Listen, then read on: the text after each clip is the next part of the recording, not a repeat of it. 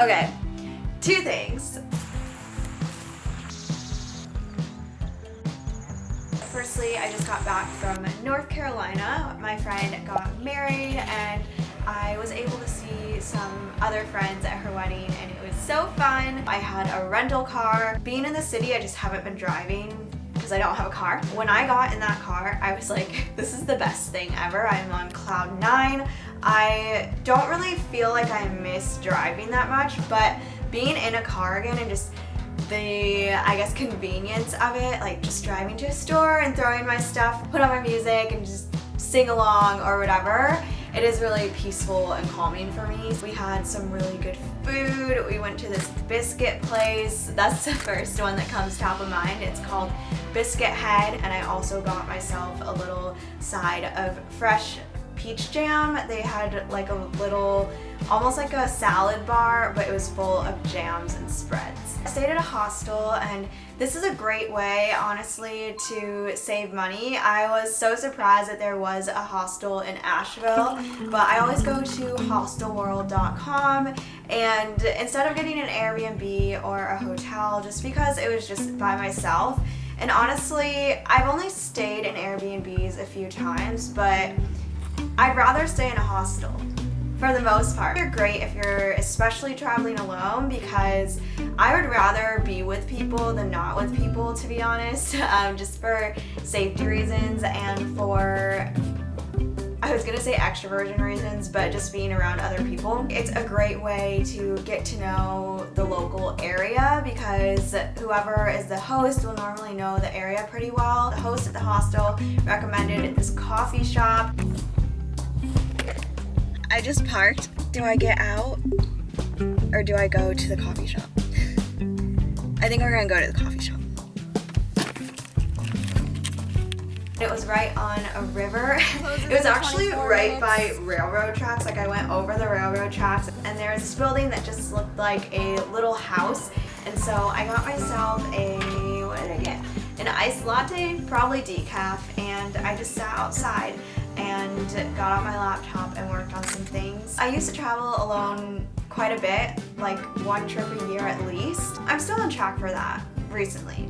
But in New York, it's harder for me to justify traveling just because the cost of living here is so high and there are also so many things that I have yet to do in the city. But whenever I leave, especially recently, I just realized that it's been good for me.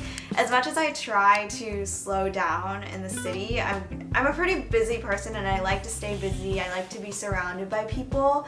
But it does feel like everything here is just a bit extra. I need to take some time to reflect after this trip. I always like to journal, sometimes on the plane, but this time I was a little too tired for that, so I'll do that later today and just reflect on it and have my takeaways. And I would also say before trips, I do the same thing, but I kind of write down what I want out of the trip or what I'm hoping to go through in the trip, mentally and physically. It just sets good intentions for what I hope out of the next few days. Maybe it's my 20s, but I think it's just getting older. I feel like I'm always going through something. There are these things that I want to work on or improve, and I think traveling is a great time to do that because you are just away from your natural habitat and can see yourself in different situations. And for me, it just really inspires me to keep thinking outside of the bubble that I'm currently living in and push myself in different ways. It also helps me to be more mindful of my surroundings, whether it's documenting things more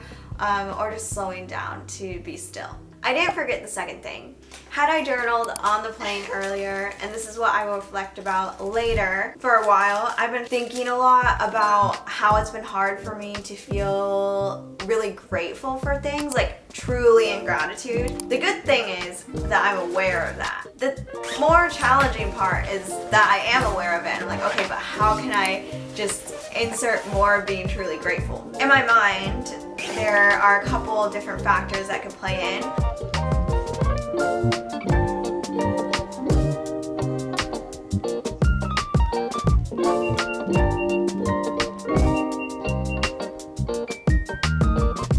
Since living in New York, a lot of my life I've just just always been a pretty busy person. Going through all of these experiences, going from one to one to one, I'm not taking enough time to just sit and be grateful for something before moving on to the next.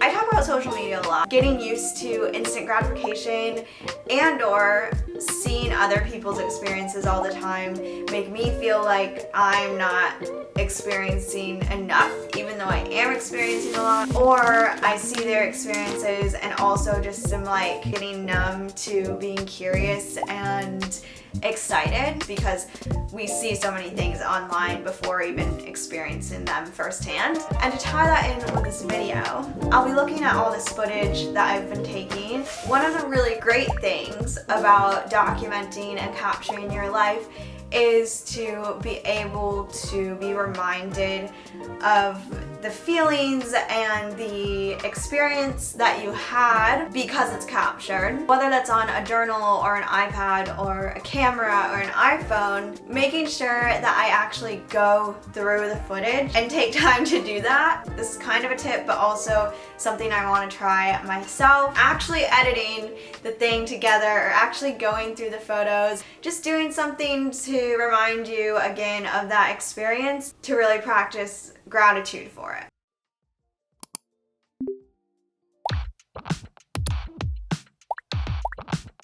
Got a lot of time, don't wanna let it slide, about to get and see it like such a nice summer of July. Look at all the stars, tell me where you are. If you have any travel tips or notes on the thoughts that I unpacked, then let me know what you think down in the comments down below. It's been a minute, so yeah.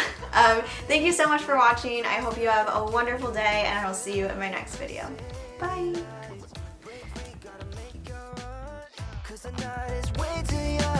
It's only begun, just let all your problems go. This just feels so right, beating